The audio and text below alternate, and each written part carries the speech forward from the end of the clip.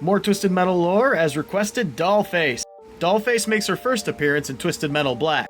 Since then, we've seen her in the reboot and we've seen her in the TV show. She drives Darkseid, a large truck formerly driven by the devil himself. Now, what's her story? She was a secretary.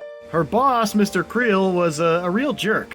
She made a mistake and he put that mask on her and nailed it to her head.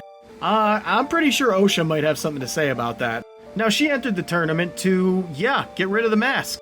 Now, there are some remnants from her previous design. In the alpha version, her story was different. It was her father who put her in the mask, and things got pretty dark. Pretty sure Sony said no, and they changed the story up. I can't go into detail, obviously. But you can see the way she speaks in some of her cutscenes kind of carried over from the original version of the character.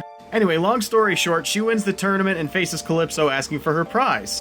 Calypso offers her the key. It's hanging from a chain. If she takes it from the chain, guess what? Mr. Creel's sitting there, and this Iron Maiden thing's gonna close on him and kill him. She makes that choice, but refuses to take the mask off, having kind of grown into the personality a bit. Yeah, definitely one of the darker stories. Next time the character appears is in Twisted Metal 2012. Looks a lot more like this. Her story's very different, too.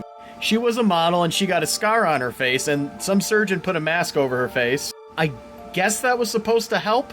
But she gets this kind of dysmorphia where her face is getting worse and worse, so she keeps the mask on. Anyway, long story short, end of the story, she goes to Calypso and asks to be the biggest model on the biggest runway ever. Guys, y'all know who Calypso is, right? So he puts her on the biggest runway ever, which is an airport, and a plane hits her. The first version is darker and upsetting, but more interesting story-wise.